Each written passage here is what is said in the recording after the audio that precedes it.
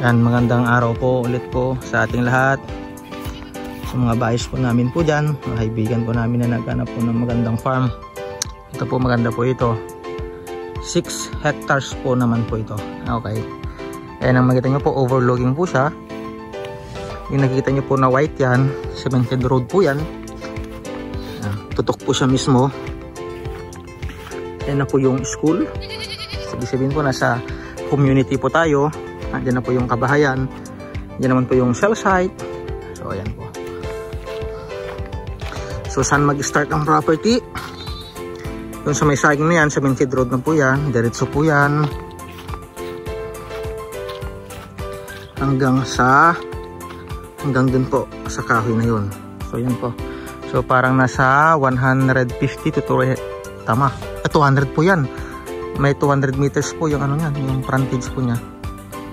Okay, sa baba po flat po siya, tapos aakyat po kayo dito, overlooking, tapos ikot ko lang po konti.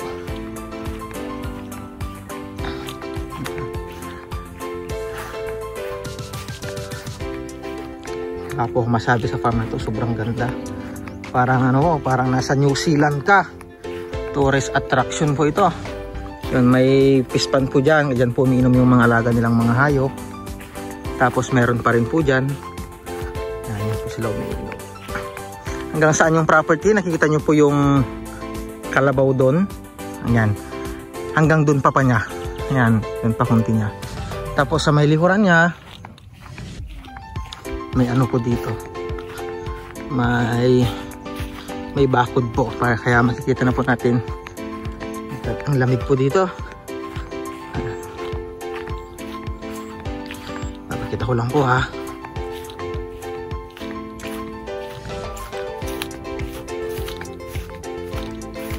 So ayan po. Yun po, may gate na po yan. Ayan, kahoy lang po yung bakod nila. Ayan. Tapos diretso na po hanggang doon sa may malaking kakahoyan na po yun. Dala ko sa baba. Ikot ko lang po kayo.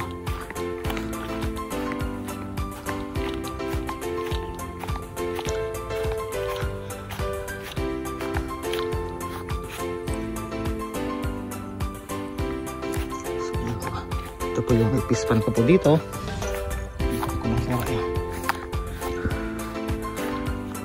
Yan po, kahoy na yan, diretso po yan, may bakod po yan. Yan po, diretso po hanggang doon.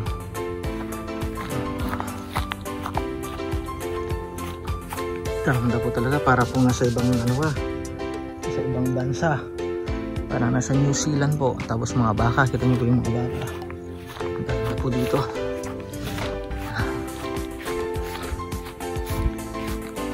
Grabe, tataban ng mga baka kasi sariwang sariwa yung kinakain nilang damo. Ayan po, ikot ko lang po yan. Diyan po banda, andyan naman po yung De La Peña Farm. De La Peña Farm, pero ginawa po nilang ngayon na De La Peña Resort. Flowing po yung tubig po nila dyan, malamig po.